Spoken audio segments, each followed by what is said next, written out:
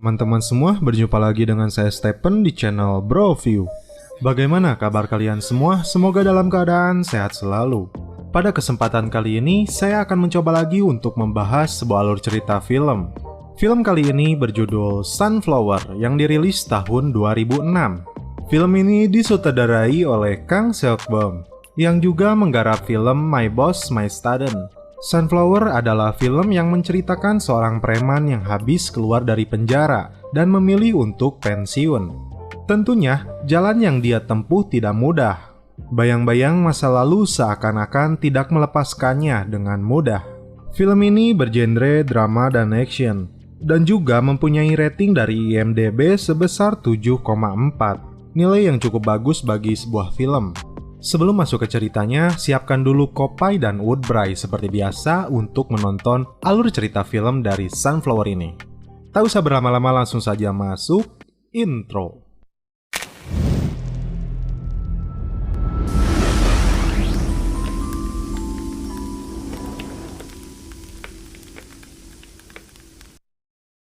Cerita diawali diperlihatkannya Tae-sik, pemeran utama dalam film ini. Dia sedang menaiki sebuah kereta dalam perjalanan kembali ke kotanya setelah 10 tahun mendekam dalam penjara.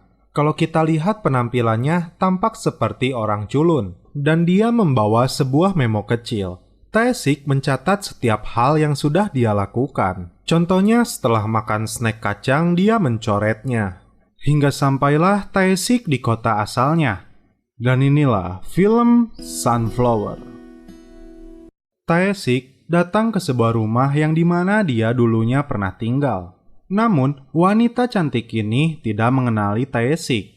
Dan Tae-sik berharap bertemu dengan ibunya. Namun, ibunya baru kembali nanti malam. Kemudian, wanita cantik ini menyarankan Tae-sik datang ke sauna atau permandian umum. Setibanya di sauna, Tae-sik mencoret lagi apa yang dia lakukan. Kemudian dia bingung dengan alat kunci loker yang sudah menggunakan sensor. Pegawai di sana yang mendengar mengira Tae-sik malah mempermainkan alat tersebut, dan Tae-sik yang bingung kemudian meminta maaf. Karena mendengar sensor masih berbunyi, pria itu pun kemudian balik lagi dan awalnya ingin memarahi Tae-sik. Namun setelah dia melihat tato di sekujur tubuhnya, dia terkejut dan ketakutan melihat Tae-sik. Berpindah tempat di sebuah jalan, tampak seorang gadis yang dihajar oleh salah satu anak buah dari Changmu. Menurut keterangan polisi ini yang menyaksikan dari jauh, Changmu adalah tukang pukul di sebuah klub itu. Kedua polisi ini tampak terlihat seperti pengecut karena dia tidak membantu seorang wanita yang sedang tersiksa. Di sisi lain, kedua polisi ini hanya mementingkan jam makan mereka. Di dalam tempat hiburan tersebut, tampak Changmu sedang marah kepada beberapa anak buahnya, bahkan salah satunya digegel kepalanya. Kemudian terdengar ada suara yang memanggilnya dari belakang, dan ternyata itu adalah Tae-sik. Terungkap di sini bahwa Tae-sik yang mantan gangster cukup dihormati oleh Changmu. Keluar dari sebuah tempat, bosnya gangster yang dulu adalah teman Tae-sik mengantarnya keluar. Dan dia berkata, "Jika kau memerlukan sesuatu, hubungi kami." Tapi, ujungnya dia menyuruh anak buahnya untuk mengawasi Tae-sik. Di malam hari, Tae-sik kembali ke rumah di mana dulu dia tinggal. Dan kali ini ibunya ada di rumah itu. Nah, ibunya ini adalah ibu angkatnya Tae-sik dan dia begitu menyayangi Tae-sik seperti anaknya sendiri. Di sini Tae-sik pun meminta maaf kepadanya atas kejadian di masa lalu. Ibunya pun memaafkannya dan menerima Tae-sik kembali. Tae-sik pun dijamu makan malam dan kembali tinggal di rumah tersebut. Tae-sik yang terlihat seperti masih berperilaku culun tentu saja dibully oleh wanita cantik itu. Dan wanita ini adalah anak kandungnya dari ibu angkatnya yang tidak mengenali Tae-sik dan menganggapnya bodoh.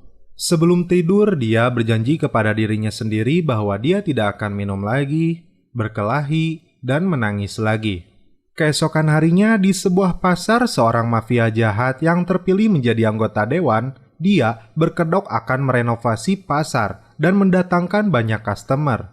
Pria tersebut adalah Cho Pan-soo. Beralih ke Tae-sik yang sedang mendatangi kantor polisi setempat untuk menjalani wajib lapor. Kepala polisi di sana yang awalnya marah namun berubah jadi lebay. Karena faktanya mereka berdua dulunya satu sekolah. dan Tae-sik sering mengerjai kepala polisi itu. Kemudian dia menyarankan Tae-sik keluar dari kota tersebut karena banyak orang yang tidak menyukai kehadirannya. Tae-sik pun berjanji kepadanya akan berubah menjadi orang yang lebih baik. Setelah itu Tae-sik datang menemui dokter. Dan di sana ada 2 orang suster yang melihatnya terpana dengan tato yang dimiliki oleh Tae-sik. Di sini Tae-sik bermaksud meminta dokter menghapus tatonya karena itu menakuti orang lain. Di sisi lain, dokter yang belum pernah melakukan penghapusan tato sebanyak ini meminta biaya antara 30 sampai dengan 50 juta. Lucunya, Tae-sik pun memintanya gratis saja karena dia menjadi kelinci percobaan pertama. Dan ternyata bukan hanya 2 suster saja yang melihat Tae-sik, tapi seluruh dokter dan suster rumah sakit tersebut melihatnya. Ibu angkat dari Tae-sik ternyata dipanggil Sunflower sesuai dengan judul film ini. Dia memaksa masuk untuk menemui Cho Pan-soo dan protes karena restorannya tidak akan dijual, namun beberapa preman selalu datang dan menerornya. Sunflower akan terus mempertahankan restorannya dan tidak akan takut untuk menghadapinya. Malahan, dia akan siap untuk menyerang balik. Di malam hari, adik angkat Tae-sik menemaninya ngobrol. Lalu Tae-sik bertanya tentang alasan bibirnya yang berdarah. Hanya dijawabnya, karena aku terlalu cantik, dasar centil. Di sini, Tae-sik kembali mencoret memonya setelah adiknya meminta dia berhenti untuk merokok. Untung cuma rokok, tidak untuk kopai. Mantep. Dan dia pun sekarang bekerja di sebuah bengkel mobil. Polisi yang melihatnya kemudian menceritakan awal mula Tae-sik di penjara. Nyatanya, Tae-sik sangat ditakuti oleh Changmu dan Yang-ki. Terungkap juga bahwa dia dulunya dikeluarkan dari sekolah dan mulai membuat masalah. Lalu diceritakan juga bahwa dulu ada seorang penguasa kota yang bernama Choi Do-pil dan dia pun tidak bisa menghentikannya. Selama 2 tahun mereka kehilangan kekuasaannya. Changmu dan Yang-ki pun menjadi kaki tangan Do-pil. Lalu diceritakan kejadian 10 tahun lalu ketika Tae-sik sedang mabuk, Choi Do-pil datang dengan anak buahnya untuk membunuhnya. Namun Tae-sik berhasil melawan mereka dan membunuh Choi Do-pil. Kemudian Changmu dan Yang-ki datang untuk membantu Choi Do-pil malah ketakutan. Tae-sik akhirnya dipenjara. Dan ternyata yang menguasai kota ini selanjutnya bukan Yang-ki atau Changmu, namun Byung-jin yang pincang karena Tae-sik yang bekerja sama dengan Choi Pan-soo. Nah, Changmu dan Yang-ki pun bergabung dengan mereka. Tak lama setelah itu, setelah Tae-sik pulang dari bengkel, 2 polisi itu menemui pemiliknya. Dari keterangannya, Tae-sik yang sudah berubah menjadi orang baik, dia tidak minum dan rajin membuatnya kagum. Kemudian Cho Pan-soo yang melihat restoran Ibu Sunflower masih beroperasi, dia meminta nanti malam seluruh anak buahnya berkumpul.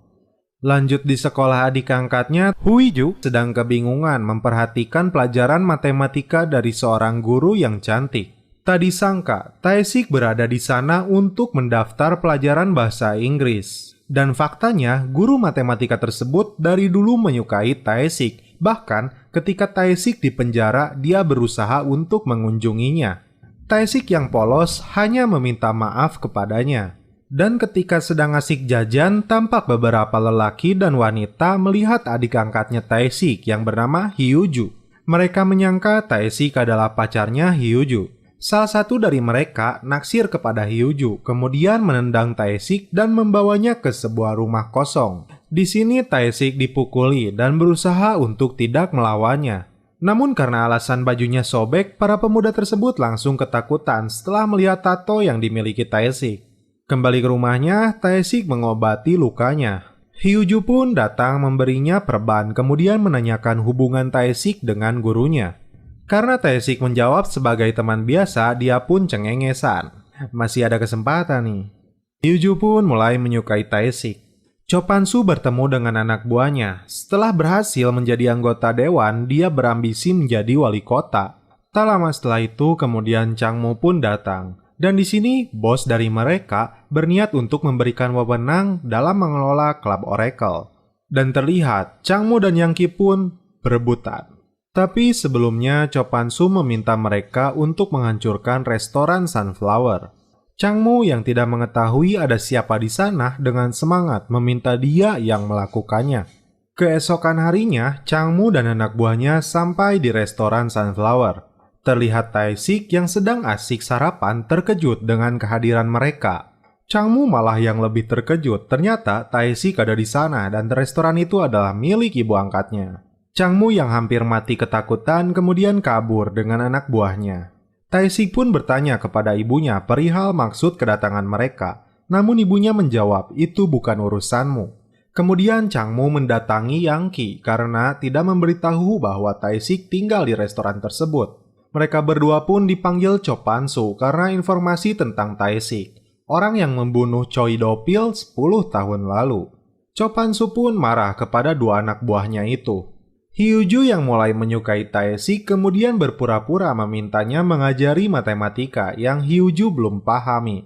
Dan ternyata Tae-sik menguasai matematika ketika dalam penjara dan dia diajari salah satu temannya yang guru matematika juga. Tae-sik yang baru saja menerima gaji pertamanya membelikan sebuah hadiah untuk ibu angkatnya yang telah menyayanginya. Dan dia kembali mencoret memonya setelah memberikan hadiah tersebut. Hyu-ju yang terharu dengan apa yang dilakukan Tae-sik pun mendapatkan hadiah sebuah kamera TV kecil. Namun, karena cumentil dia belum mau menerimanya. Sebuah kopi pun diberikan untuk menukar hadiah tersebut. Buku catatan kecil tersebut ternyata Tae-sik dapatkan ketika dia di dalam penjara. Ibunya tentu berharap Tae-sik berubah menjadi yang lebih baik.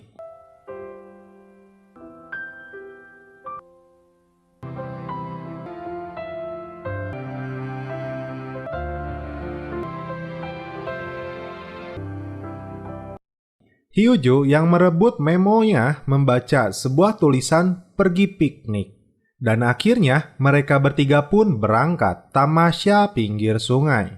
Di malam hari, Tae-sik didatangi Byung-jin wakilnya Cho Pan-su. Di sini dia menceritakan rencana bosnya yang akan membangun mall di sekitar tempat ini, namun terhalang restoran Sunflower milik ibunya yang tidak mau dijual. Dia mengingatkan untuk membawa ibunya keluar dari kota ini karena bosnya Cho Pan-su adalah penguasa bajingan. Tapi di balik pembicaraan ini, anak buahnya Chang-mu melihatnya.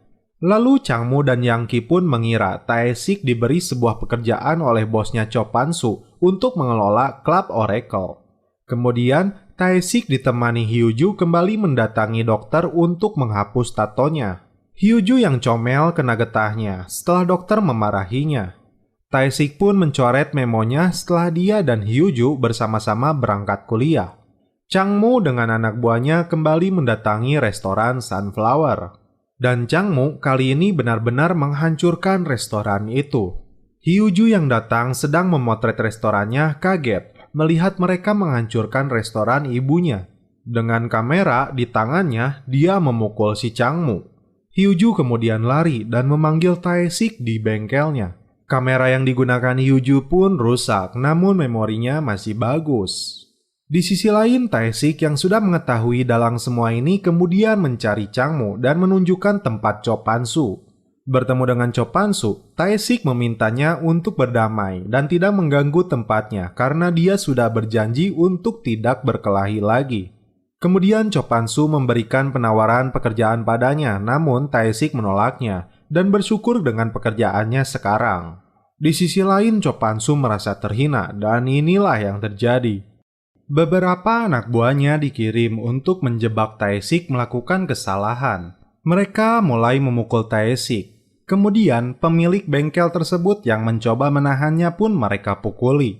Tae-sik dijebak untuk membalas perlakuan mereka. Kemudian polisi yang telah bekerja sama dengan mereka akan menangkap Tae-sik karena statusnya yang masih bebas bersyarat.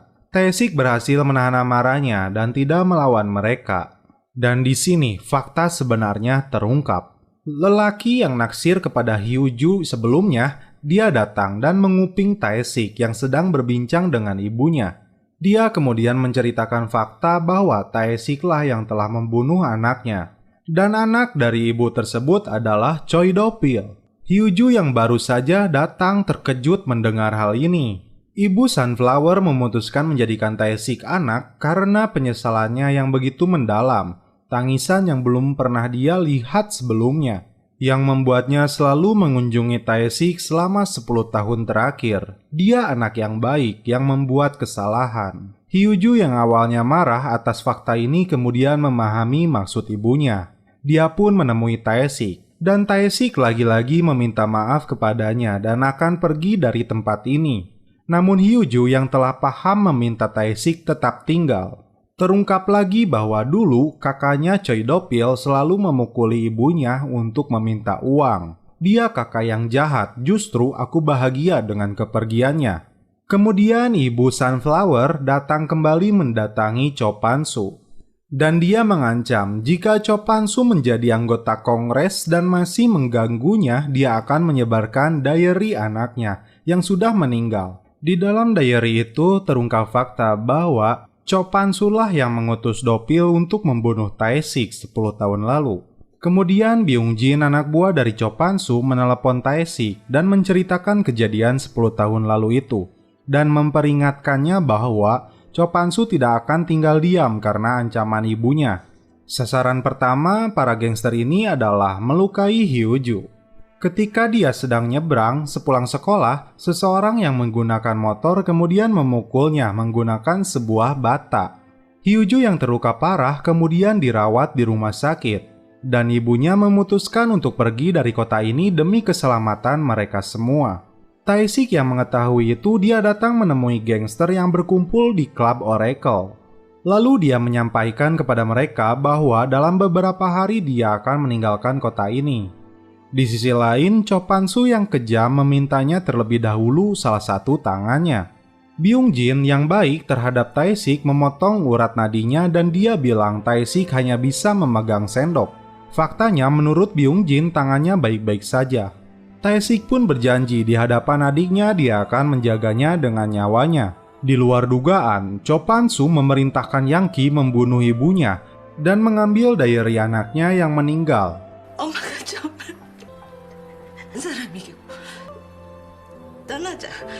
Taesik yang datang ke rumahnya mendapati ibunya menggantung.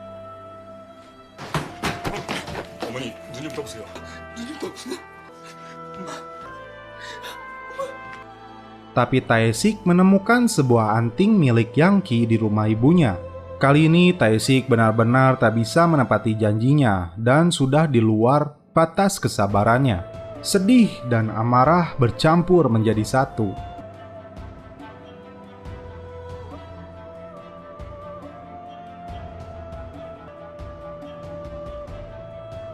Taesik pun menjadi pemabuk lagi, dan dia menangis lagi. Kemudian para gangster yang sedang berkumpul merayakan klub Oracle-nya tiba-tiba mendengar suara orang yang menangis, dan terlihat Taesik datang sendirian ke tempat tersebut. Karena Taesik yang sudah berupaya untuk menahan dirinya untuk tidak berkelahi lagi, tapi kematian ibunya lah yang terlebih mereka juga yang melakukannya. Dan membuat semuanya ini kembali berubah. Anting Yang Ki jadi bukti pembunuhan ibunya. Dan Taesik meminta Byung-jin keluar dari tempat tersebut jika tidak ingin terbunuh. Dia pun keluar. Di sini Taesik akan memberi hukuman bagi mereka yang telah melakukan kesalahan. Taesik meminta terlebih dahulu, bertanya siapa yang melukai Hyuju. Ternyata dia. Dan lihat, aksi dari Taesik menghabisi mereka satu persatu. 어긋나게 해줄까?